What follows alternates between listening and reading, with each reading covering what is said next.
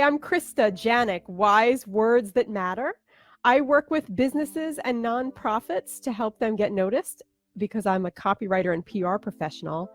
And today I'm going to be a bit more personal, and I'm going to talk about who I look up to and ask you that question as well. I would love to hear that in the comments. I'd love to hear, who do you look up to? So if we're lucky, we have mentors, people who've been there before, who can guide us, show us the way, but been done before. What then? So enter Helen Keller, who's really a role model for me. For those of you who may not know, she was a deaf-blind person. She was born in 1880, I think, and she died in the 1960s. And she was groundbreaking because she was the first deaf-blind person to ever go to college. She went to Radcliffe College, which I think was an all-female college at the time. And she traveled the world. She was also ahead of her time because, or at least somewhat, because she advocated for civil rights and women's suffrage. And she considered herself a world citizen because she traveled to so many places, and her views transcended race and nationality and all of that. And I really admire that sort of perspective of someone who thinks for themselves, who thinks about things deeply and doesn't necessarily listen to what everyone around her is saying all the time. I mean, imagine the expectations that she would have dealt with, the low expectations especially of deaf-blind people at the time. For years in her early childhood, she wasn't able to communicate with the world, and yet she remained optimistic through all of that. And so to me, it's so important in your life who can guide you, show you the way. She did have a teacher. Her name was Sullivan. I admire her too. It must have been really, really difficult to teach a little kid who had no idea what was going on in the world and try to get them to listen to you, try to get them to communicate. I really admire special education teachers for that reason, because sometimes they have to deal with children who they really don't understand for whatever reason, and they have to build a bridge. So let's talk about mentors, people who have been there. So I've had a number of mentors. I've had some older friends when I was a kid who would tell me about college and what that was like. I had some teachers that I really trusted who could share the ways of the world with me. Of course, my parents were always encouraging and helpful.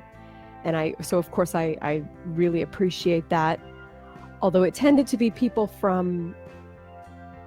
closer to my age, or people who've been in specific situations that I've been in that have been able to help me the most in a practical way. And also teachers who understood where I was going wrong and who knew how to fix the problem. So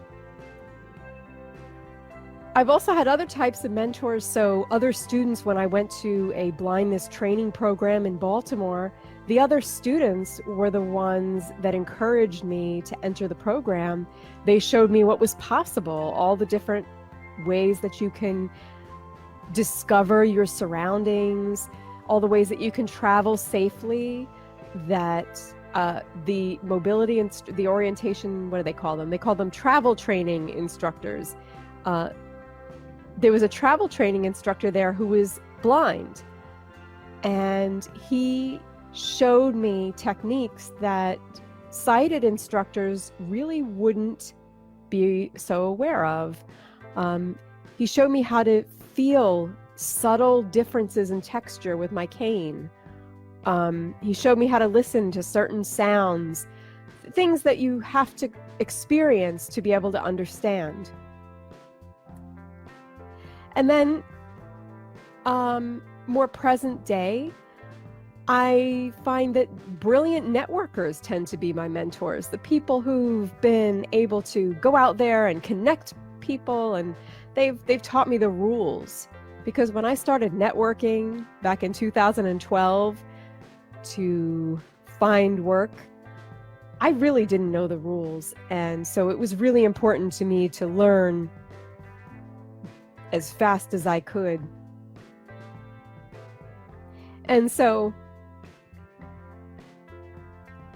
And there are lots of other people.